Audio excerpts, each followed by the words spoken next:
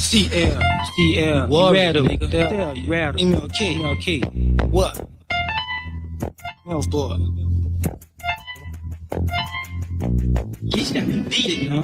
Run through city. Down in the graveyard, my niggas show no pity. 3 different footways, I'm still talking about that Melph. You step in that section, you better watch yourself.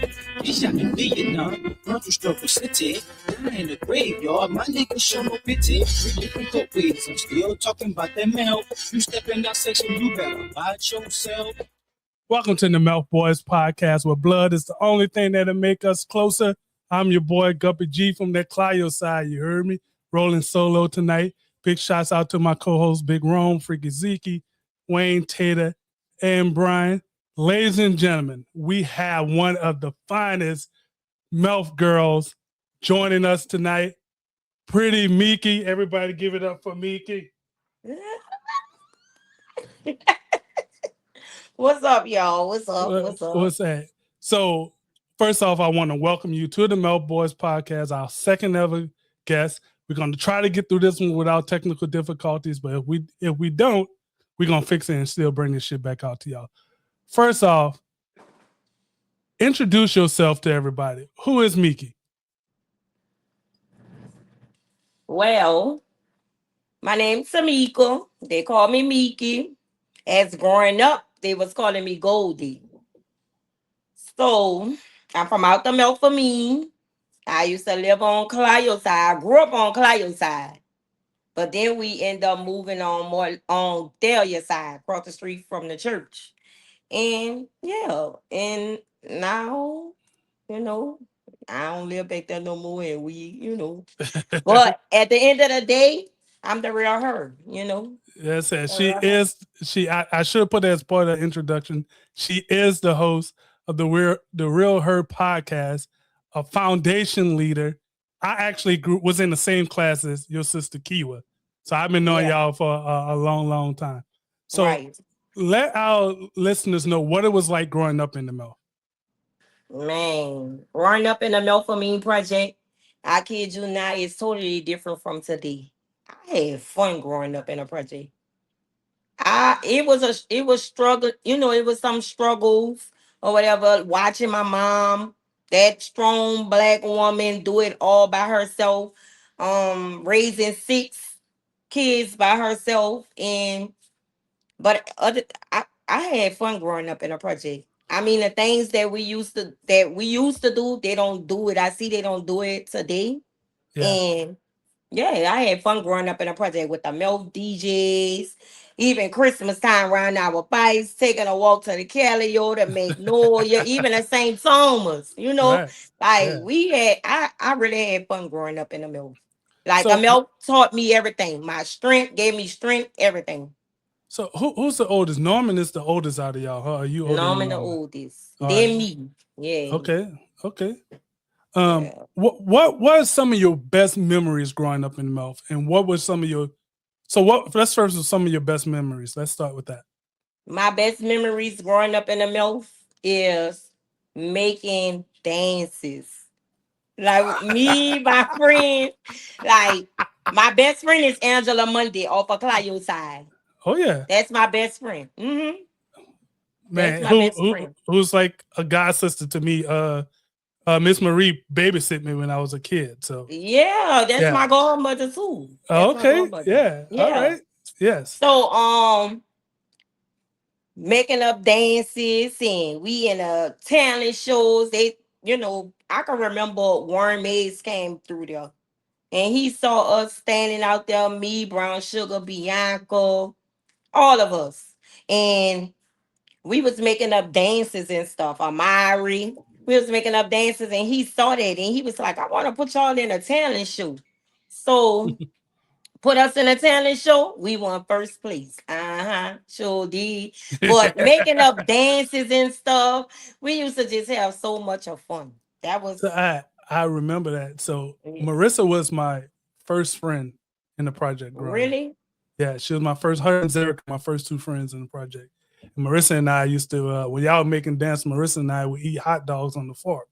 Miss Marie would always give us hot dogs on the fork. We was eating the shit out of those hot dogs. What Yeah. would you say was some of your toughest challenges growing up back then? My toughest challenges is when, you know, my mother did her best with us, right? Mm-hmm. Kept us with the best of everything. And I don't know if it's because I was red, long, pretty hair and stuff. I used to get a lot of jealousy, throughout Mm-hmm. some of the girls back there. Always wanted to fight me and I think that's probably why I used to fight a lot. When A people say, lot. oh, that's all she do is fight, I think that's A why I used to fight a lot. lot. No, a A lot lot. is an understatement. A Yeah. fight, a fuck. Hey, you used to always wear. Sometimes you wear those polo shirts. You ever tore those polo shirts while you was Not fighting? I wish somebody would have told my polo shirt. Your whole Oh, family had a lot of them damn things. yes. My mama used to send me and my brother to Maison Blanche and all that. Uh-huh. Look like every day we get out of school. But let me trip your head out. Dorothy Camooch out the Magnolia. Mm-hmm. For some reason, it was like we was we was like competition, but it wasn't competition. Every time me and Dorothy come to school at Woodson, man, when I tell you, we had like the same kind of polo shirt, jabots, And bellies. the stack right there. Yay. Then I go home, I'm like, man, I gotta get me another polo. I gotta get me another polo and pair of Y'all stayed jabos. with them fucking polos. Yeah, we Oh stayed with shit. them. So how did that environment shape the woman you are today? Well, I could say this here. It taught me to be strong today. The Mm-hmm. environment taught me to be strong, as having a brother being murdered, a little brother being murdered and stuff. And me, I always been an advocate for my family. And yeah, it taught me to be strong. Like I look at when I had my daughter back there in the Melph Project, I only had one child right before we left the Melph Project. Mm-hmm. And I didn't want my daughter to go through, you know, like grow up in a project, which ain't nothing wrong with growing up in a project because I had some of Right. the best days in a project. Oh yeah. But I didn't want my daughter I wanted something better for my daughter. Mm-hmm. So it shaped me to be like this strong woman that I am today. And then, at me being going to jail, being incarcerated at one point in time, it definitely taught me like, nah, this ain't what it is, and this not what it's supposed to be. Like this not what I signed up for. Yeah. So I remember the day Naughty got killed. It's like this thing just came over the project because it was daytime. Right? And like this hush just came over the project. Like everybody's like, what the fuck? Because you saw Naughty all day long.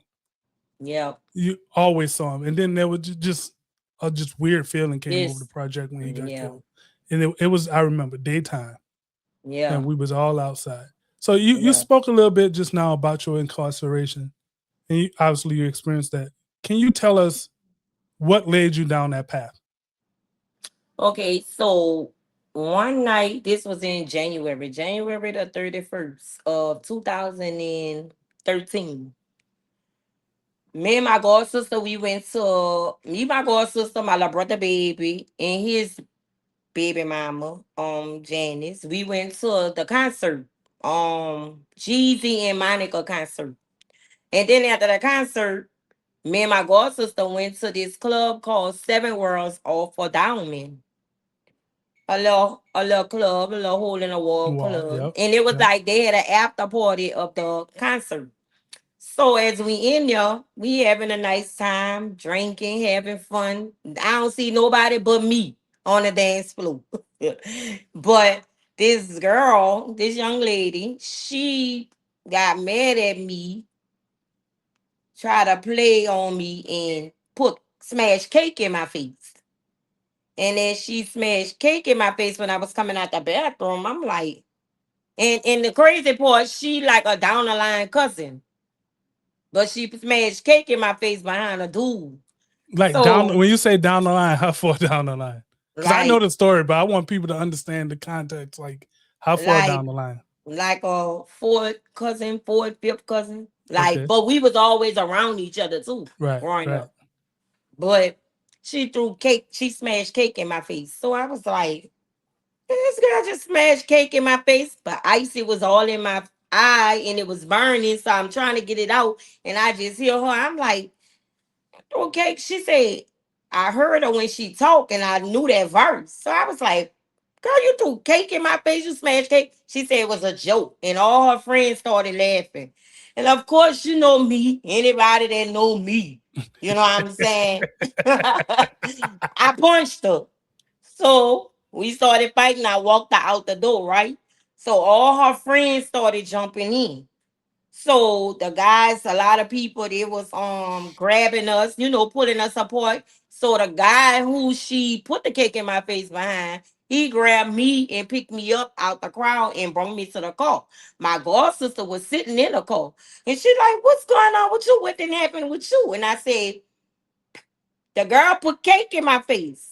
And she was like, wait, hold on. So she gets out the car. The girl still coming because she mad and drove at this point that he's by me, right? Mm-hmm.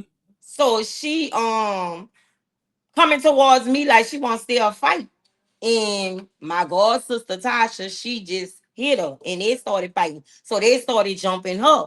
So I'm like, let me go. I'm telling the dude, let me go, let me go. So I bit him on his arm and he finally let me go. And I went in a mix and we all was just out there fighting. So they had these two guys. I heard they as we fighting. I'm hearing them arguing, and one of the guys like, y'all letting them girls get jumped, Boo, boo. So all of a sudden we just heard gunshots, boom, boom, like two gunshots, and everybody went to running, getting in a car, and I kid you not. They said when I left out the parking lot, I accidentally ran over a little chick. Now I don't even know the chick, never saw the chick before, none of that. Never met her, I don't know her. So this But you was running from the shots. yeah, Okay. so we was leaving out the parking lot. But as time went on, I the dude who I'm speaking about, who the girl put the cake in my face behind, he ended up calling me and he telling me like, "Dang, they saying you ran over so and so, while you was leaving out the parking lot." So I'm like, really? Because I really didn't know. And then I end up talking to the girl. He connected us together. I end up Mhm. talking to the girl. So me and the girl was talking, and she was like, "You come up here and see me and nothing. Um, just give me your insurance information and ooh, ooh, ooh." So I'm like, okay, cool. I'm a woman. I take my lick or whatever. But at the end of the day, I still don't know what happened. So I got word. She said she was gonna get the insurance information and all that, and still put me in jail. Like F her, I don't know, cause she was with the girls who was jumping, and I Jumping. found out Yeah. she jumped in too. So I'm like, oh, okay, but I ain't no fool. I'm straight. I'm street smart and book smart. So I'm like, nah, I ain't giving her nothing until we go see my attorney. She's supposed to be meeting us at the attorney office. She playing all them games, never came. So one thing led to another. Police kicked in my door. I went to jail. So I stayed in there like 2 months. Got up. I was on $1 million bind. Stayed in there 2 months on the attempt murder charge. So and when the lawyer filed for a preliminary hearing, I end up getting a bond reduction. They dropped it down to attempt manslaughter. Bang, after the last day, I think it was like 160 days or something like that. That last day, they accepted my charge. And then they end up bringing the charge back up to attempt murder. Bang, I get in court. George Blair, the lawyer George Blair, the guy that boys used to have him, right? Right. Yeah. Yeah. So I'm like, go with him. So he sold me out. He sold me out. So I end up firing him in the midst of me accepting a plea. I accept a plea to 30 years. But I knew what I was doing. So I end up saying, tell the judge to give me 30 days on the street to get my affairs together. Within them Right. 30 Yep. days, I hire Fuller. I went and talked to Fuller and I hire Fuller. Bang, gets in there. The judge let me withdraw my guilty plea. And then we went to trial. I had a hung jury. Then Canazero, of course, didn't want to let up all for me. And then he just like, nah, I gotta get some type of time out of her. So I knew my cousin Tamara was up there, Miley. So I was like, you know what? He ain't gonna lay up off of me. He ain't want to give me probation or none of that there. So I was like, I ain't doing no more than a year. I'm sorry. Cause at first I was like 6 months. He said no. Then I'm like, I guess he was trying to please the girl too, Right, or right. whatever. Yeah. But I went up there, everything full of extra judge for. She gave it to me. I went up there. As soon as I got up there, I went to work release. And I was hanging out there in Lake Charles, chilling, making money, just chilling. So And where did they send you? I went to St. Gabriel. Yep. I went to St. Gabriel, got in the little re-entry, and then I was shipped to work release in Lake Charles. And Man. I didn't went to work, became a manager at McDonald's. I was having fun out there, I ain't gonna lie. And then and that night you Um, had to go, and now you had to go back. yeah. I, Yeah. I had a nice little time. I ain't gonna lie. To say it was jail, I was straight. I was straight. But it was like work release, and the work release was like apartment complex. It wasn't even a jail. It was an apartment complex. So I was good. I was chilling. And your case was highly visualized. It was all over. It was on the It was news. a It was high it profile was a high case. profile case. It was everywhere. The $1 million bond, the original plea of 30 years, all that crazy shit. It was highly visible. High profile. It made the front page. And it's so crazy that we saying this here. My case made the front page. Everybody was buying that newspaper. Everybody was buying that newspaper. Everybody wanted that newspaper. And for people who don't know, New Orleans has a culture of doing that, right? If someone is in the news, right? Motherfuckers want a a fucking souvenir of it. It's just like Yes. go to people's funeral today. Everybody want the booklet and they want extra booklets to take home Yeah. so that they have it. I'm like, it's not like you're gonna sit around and read that damn obituary over and Yeah, over. man. When I tell you Everybody that wants everybody wanted souvenirs. that newspaper, I'm like, what? I'm like, this is crazy. But I'm gonna send a shout out to Sugar Bill. You heard me? My Reason why I'm gonna homie. send a shout out to Sugar Bill because he know me. And he told Fuller, he was like, Fuller said, you know Sugar Bear, the white Anderson. I said, yeah, I know him. We all grew up together. He like, he came to me, he said, bro, you gotta do something for my girl. Whoever it was, they had to been somebody must have messed with her because she really like she ain't no killer. She ain't trying to kill Okay. nobody or Right. whatever. And he like he really spoke up for me, and after I didn't saw so many people then made their comments and stuff, there had Mhm. some people that was making good comments about me and all that. And Sugar Bell was one of them. I gotta send a shout out to Sugar Bell, the white Man, Anderson. our big bro, Suge, man. Suge has always been the person that look out for people, man. Yeah, Like, he's yeah, always, wanting to have people do well, but yeah. also put his head out there for people. So shout out to Suge. Shock, So yeah. what was the biggest lesson you learned while you was incarcerated? Not to let it get me down, not to let it define who I'm really are. When I went to jail, I was like, I'm gonna do something to turn this into something positive. So I was like, you know what? I'm gonna go ahead on and get into class because I was already in school to be a lawyer when before my charge. So I'm like, you know what? I'm gonna keep it going. So I got my paralegal certificate while I was incarcerated. I didn't hang around the like how they be like, oh, you gotta hang around New Orleans people. The Oh, you people, from the yeah, NO. I yeah. ain't do all that when I went to jail. My mind was set on I gotta get back out there to my children. So How I how was old were your like, kids at that time? At this time? ooh, my boys was my daughter just graduated from high school, so she was 17. My two boys was I think like 12 and 14. 12 and 14. Okay, right on. Yeah.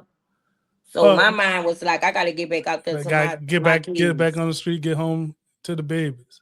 Yeah. Yeah, Like nah. Mm-mm.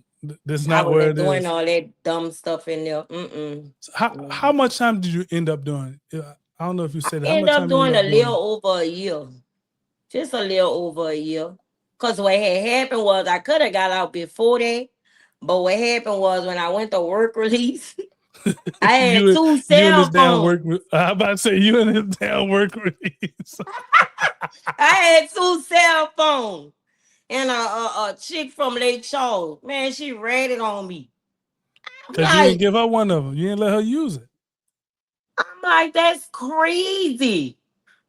I had two phones, and man and white folks got me up on out of there. So I went back to the jail, and then like maybe about 3 months later, I went back to work release, and I was chill then, and I was like, yeah, with that, I'm going home. Yeah, What was there a certain moment that you decided your life had to change? of course.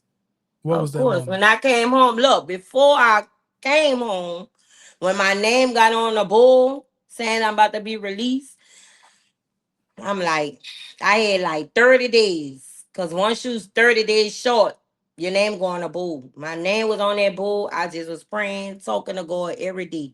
I said, Lord, don't let me be bitter when I go home. Don't let me be let me keep my mind, Mm-hmm. like cause some people they don't have a mind when they come home from jail and stuff.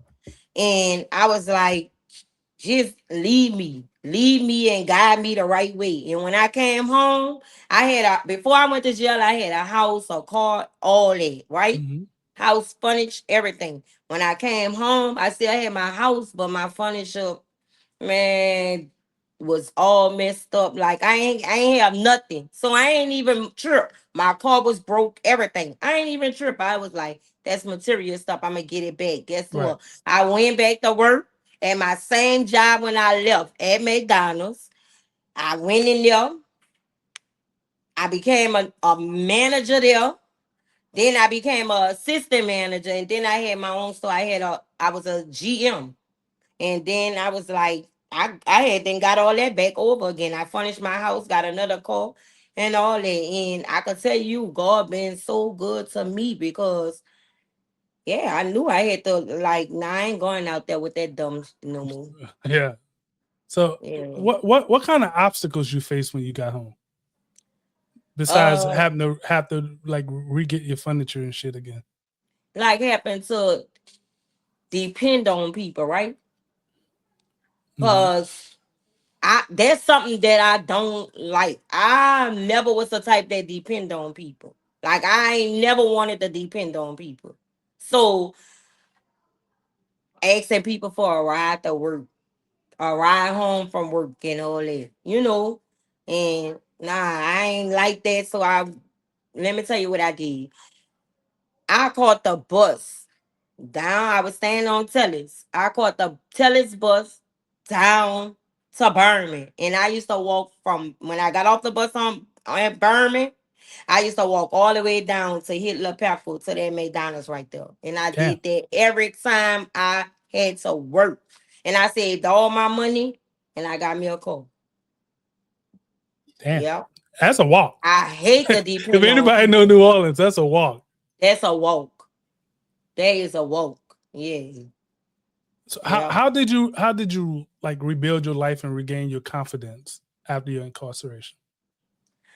Well, I went back to work. I meant I was not letting nothing stop me. I wasn't letting if jail didn't break me, coming home to the streets was not gonna break me.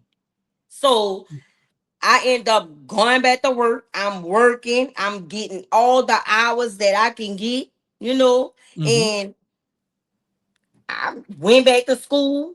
I was going to school for law. But then when I got in school, I mean in jail, I got my paralegal certificate. So when I came home, I ended up going back to school, going for business. For business. And guess what? Hopefully, God said the same. I pray I passed this math class this summer. I graduated in December. If not December, I give myself a goal. May, that's it. I That's it. graduate. So I had to do all this here because I don't like depending on people. And then I got my own business. Right. After I left McDonald's, I'm like, I ain't doing this here no more. Cause I've been at McDonald's forever. So I was like, I ain't doing this here no more. So once my little nephew had got killed, got murdered, La Hollis, I Mhm. end up getting me a cleaning business. So I named it after him, Hollis Little Helpers. Yep. So And that, so, you know, obviously knowing you guys' family, y'all have had some shit happen to y'all. Like, if you want to talk about like being resilient, like if there's a family that has to be resilient, it's y'all. I mean, yeah, and that the Hollis got killed. That wasn't. I mean, it wasn't a short time ago, but it wasn't a super long time ago either. right. So it's like you constantly for like maybe the last 13 years, y'all had so much shit happen to y'all, but Yeah, somehow y'all still find a way to come out top. yeah, yeah, Right. So as we get halfway through this episode, you know what time it is. Pick yeah. up your Tito's and juice. I know you have it. I appreciate you. I know you got that Tito's and juice. I know you got that shit. Of All right. course. So today, you joined into this creator world, right? This content creator world, and you the host of the Real Her podcast. What inspired you to create that? What inspired me to create it? I used to do someone else, and I'm not going to say his name. I used to run his podcast, right? I had it blowing up, like blowing up. And then I was taking so much of time doing his stuff. So I'm like, somebody called me from way from Atlanta. I don't know the man, but the man know me from dude, From right? that, right? And he was like, me. Me and dude fell out. So I was like, I ain't doing this no more. So he was like, the dude called me. He said, man, me, you could do he was like Goldie. He was like, you could do your own podcast. You smart, you got what it takes and all that, right? So he's saying then after all you done been through and stuff. So I was like thinking about it. I was like, nah, because I'm a behind the scene person, right? Yeah, And, yeah, and yeah. I'm like, You nah, didn't want I to be in don't front of want the to camera. be in a spotlight like that. I don't want all that. No, you know. And then he Mhm. was like, man, I'm telling you, you could do it. You could do it. So I was laying down one day and I thought about it and I said, you know what? So I called my friend Tiki, and I was like, "We should do a podcast." And then she was Join, like, join, join the 425,000 other ones of us that's us doing it, "Yeah, right? right." So she was like, "You know what? Let's do it." So I'm like, "All right." So I'm like, "Our podcast gonna consist of." She was like, "What is gonna consist of?" I said, "It's gonna consist of positive stuff, right?" After all we both been through. She didn't been through so much. I definitely been through so much. So So this is I'm the young like, lady that's on. This is the young lady that's on there with you now, right? yeah. Okay. Out the 17th and the 13th. See, I do my research. Yay. Hey, I saw you go off on Mo, and what you were saying is true. Mo is off Clio's side. I keep telling people that. Mo is off Shout Clio's out to side. P Time. I mean Malcolm me more. Melph Mo. I Yeah, keep telling people that. he grew up with us. Yep. Mo is Yeah, off sure Clio's did side. on Claudio side. You heard what he said, Right, huh? That's the right, good right, side. right after the yellow hallway. Yeah. No, Yeah. I didn't mean to cut you off. So you started So this podcast. so we was like, I say it's gonna consist of positive stuff.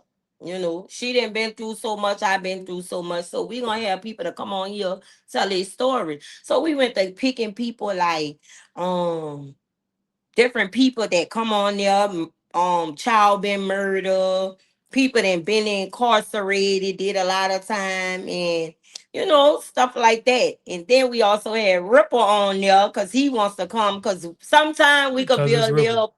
a little petty. So we like, what a minute. So here he I come saw that calling me, episode too. I saw hit that me up, episode too. talking about something. Um, I need to respond to that. I'm like, all right, come on then. Come on. That. So yeah, shout out to Ripple. He came on there Yeah. and he showed out. And then I thought about it as we doing the podcast. I'm like, I'm gonna do something that I said I wanted to do while I was incarcerated. I said I'm gonna go home, and at first I was saying the women's that I was around, their family really can't come see them. Their kids Right. can't come see them. Right. Don't have transportation and stuff. So I said when I go home, I'm gonna make that happen. I'm gonna try to make that happen. See what I could do to make that happen. Even if I gotta bring them myself, or whatever. So bring them out there myself and I told Tiki, I say, I'm gonna start a women empowerment organization. And I did that. And it's a beautiful thing. It's for women's that's wanna it's a safe place for women's. Mm-hmm. Women's that's coming home from incarceration can't get their life together, like don't know where to start at and stuff. And battle women's that's drugging and all that, to try to get them on the right pace, you know. Mm-hmm. And I just spoke with a young lady recently, me and her doing a project together. And we trying to do we not trying, we're gonna get this transitional housing for women. So yeah. All right, on. So So, through your podcast and your foundation, what are some of the messages you hoping you can get to the women in the community? if I could do it, you could do it. If I could change, if I could change, anybody could change, because Yeah. I'm so into this here and my heart is really, really with this here. And I Mm-hmm. really, really wanna, I wanna see others, change and make it, and because we don't always have to be stuck like that. I ain't gonna never be stuck. I'm sorry. That's just me. That's just me. And recently I just hit Redhead up. I just hit her Hold up. on. Hold on. Yeah. Hold on. Yeah. Wow. What are y'all talking? Give me some insight. What are y'all talking about? I just hit Redhead up and I talked to her and I said, Redhead, you ain't tired? Cause I used to be Redhead. I used to be like Redhead fighting all day, every day. And I used to be like, I was like, Redhead, you not tired? And she was like, yeah, I am. I said, no, bro, listen, for real, for real. Only thing gonna come out of that, you gonna get hurt or somebody gonna hurt you. It'll hurt you. Or either you gonna get hurt or you gonna hurt somebody. And jail, it's too late in the game to be going to jail. Too late in the game to be going to jail. And then you got that little daughter that she cherished that daughter so much. So Mm-hmm. you don't want to leave that daughter to death or jail. So I told her, I said, listen, the doors are open. Whenever you're ready, the door's open.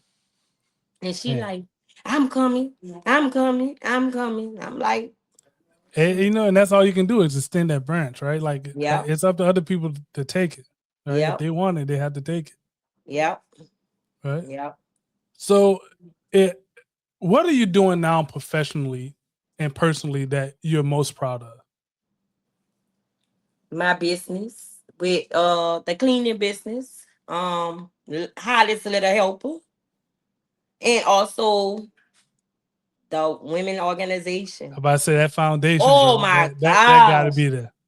The women organization, man, is on fire. In so many people, it's like reaching out to me and they see what I'm doing and they just like, I want to support you, bro. I want to support you. And that's a Ma- good thing. I had Freddie King. Shout out to Freddie King. I had Freddie King to walk up to me. He like, man, I saw you. You don't know me, and I don't really know you, but I saw you on a podcast. He was talking about gangster podcast, Okay. and I was like, he said He, you he was talking wanted a about piece of your two. chicken. He wanted a piece of that chicken. He was like, you was talking about you beat everybody up. I said, Marcus, the Lord, she the judge. He said, and she ain't like that no more. I said, no, I ain't like that no more. But I said, but look, I need to holler at you. He gave me his phone number and I had hollered at him. So yeah, we got some good things that's about to be. Yeah. Mm-hmm. All Yeah. right. If you could go back and talk to younger Meeky growing up in the Melph, what would you say? If I knew if I knew then what I know now, it'll be different. But I will also say if I didn't go through what I went through then, I wouldn't know now, right? Mm-hmm. So I'm happy that I went through what I went through so I can know what I know now. Does that make sense to you? Oh yeah, it make a lot of sense to me. So what I would tell the little Meeky is like, don't stop. Keep going. It ain't hard. Don't let nothing that you've been through and went through define who you are today. Right.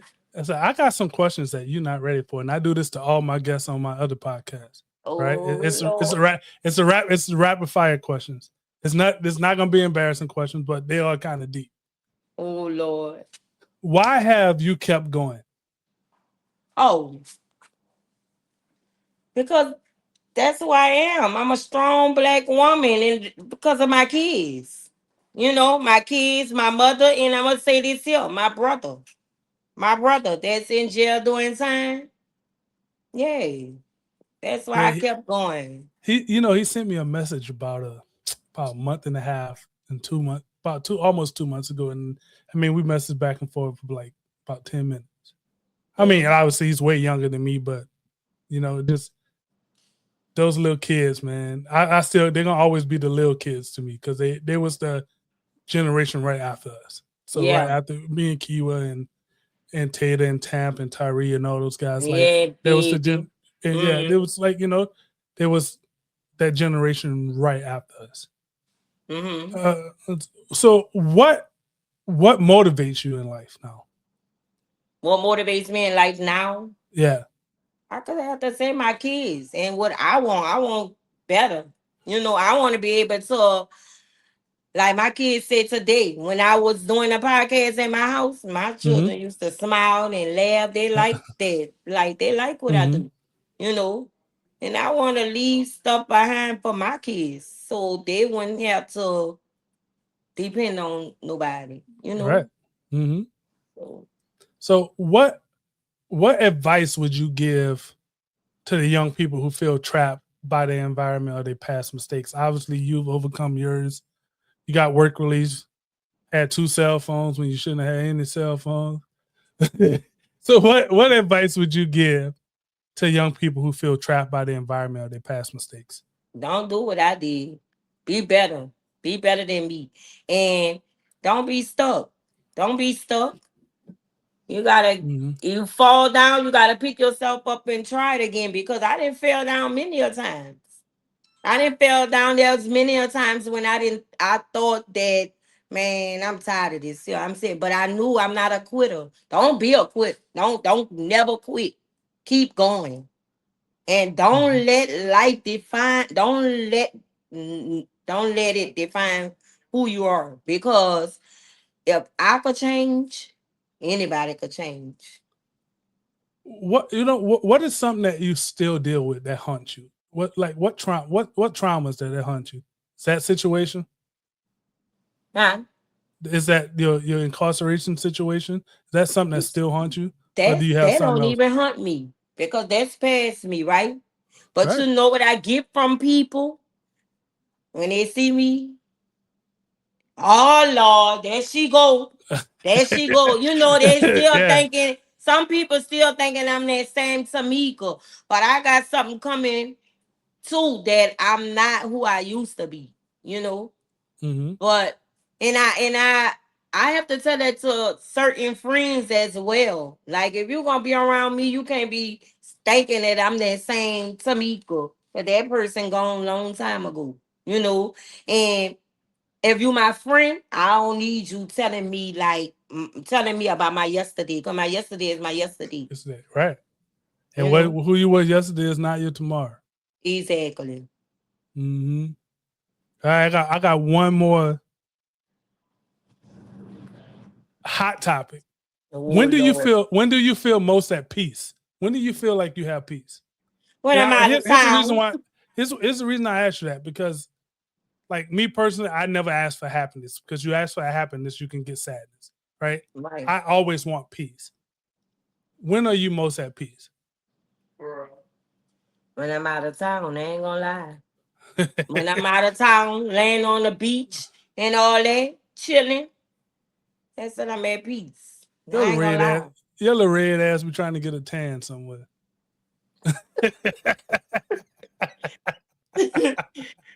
My peace is everything.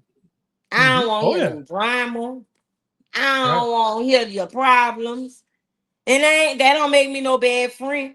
I just don't No, want to hear it. You know you why? want some time for yourself. You got to have time for yourself Yeah. sometimes. Yeah, And you know why? Because we've been talking about this same thing over 20 yeah. years. I don't Mm-hmm. want to keep hearing that. Girl, no. Mm-mm. Get you All some right. peace. Yes.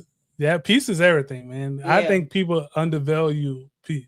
Like peace is a thing that everybody should strive to have.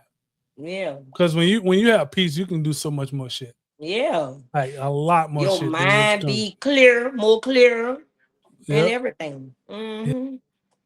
So what's next for Meeky, Tamika Newman? What's next for her? What can we expect from you in the future? Well, you just gotta keep following me on the Real Hard Podcast. And you gotta follow me on YouTube, the Real Her, Facebook, all that. But nah, listen, what's next for me? Y'all gonna see my organization gonna get bigger. It's gonna blow up. It's gonna blow up. You know, it's gonna blow up because my heart. That's what my heart is. My heart is really with that. And people out there, ladies, if I can help y'all, holler at me. Hit me up in my DM because I'm really her. And it's in we this about to blow up. It's about to blow over. Yes, yes, indeed. And I wish that for you, because you deserve it. Like you say, Yeah. your past transgressions do not determine what your tomorrow is going to be. Yeah. Your future Thank is you. not your past. As Yeah. we get ready to close this thing down, get that Tito's. Get that Tito's and fruit punch. Who in the hell drink Tito's and fruit punch? Me. Our last question for the night as we get ready to shut this thing down. For everyone who's watching and going to listen to this uh, podcast when we put it on Apple, Spotify, iHeart, all that shit, who thinks that they're past define them, what message do you want to leave them with? Don't let it. I'm sorry. Don't let it.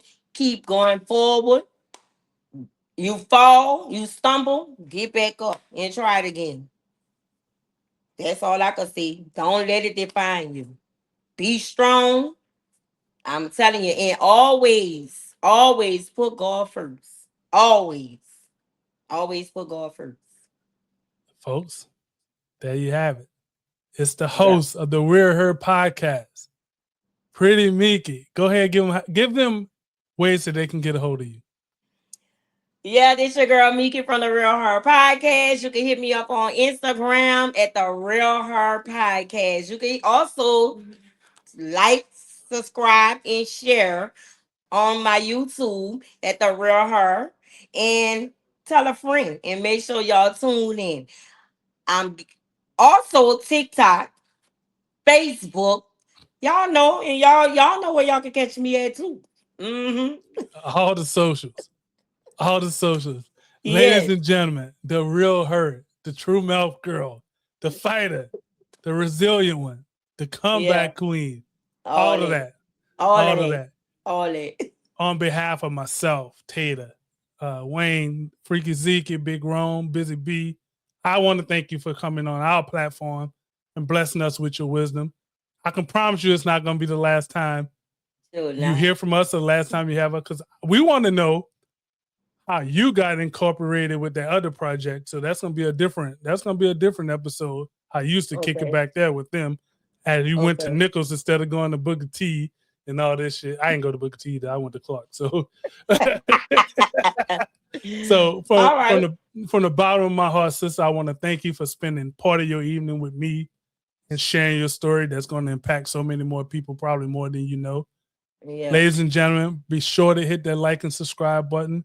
It's the Melph Boys Podcast, where blood's the only thing that makes us closer. I'm your boy Guppy G from the Clio side. Clio Peace. Thank side. you. Thank you for joining us. We'll see y'all next time. Peace. Thank you.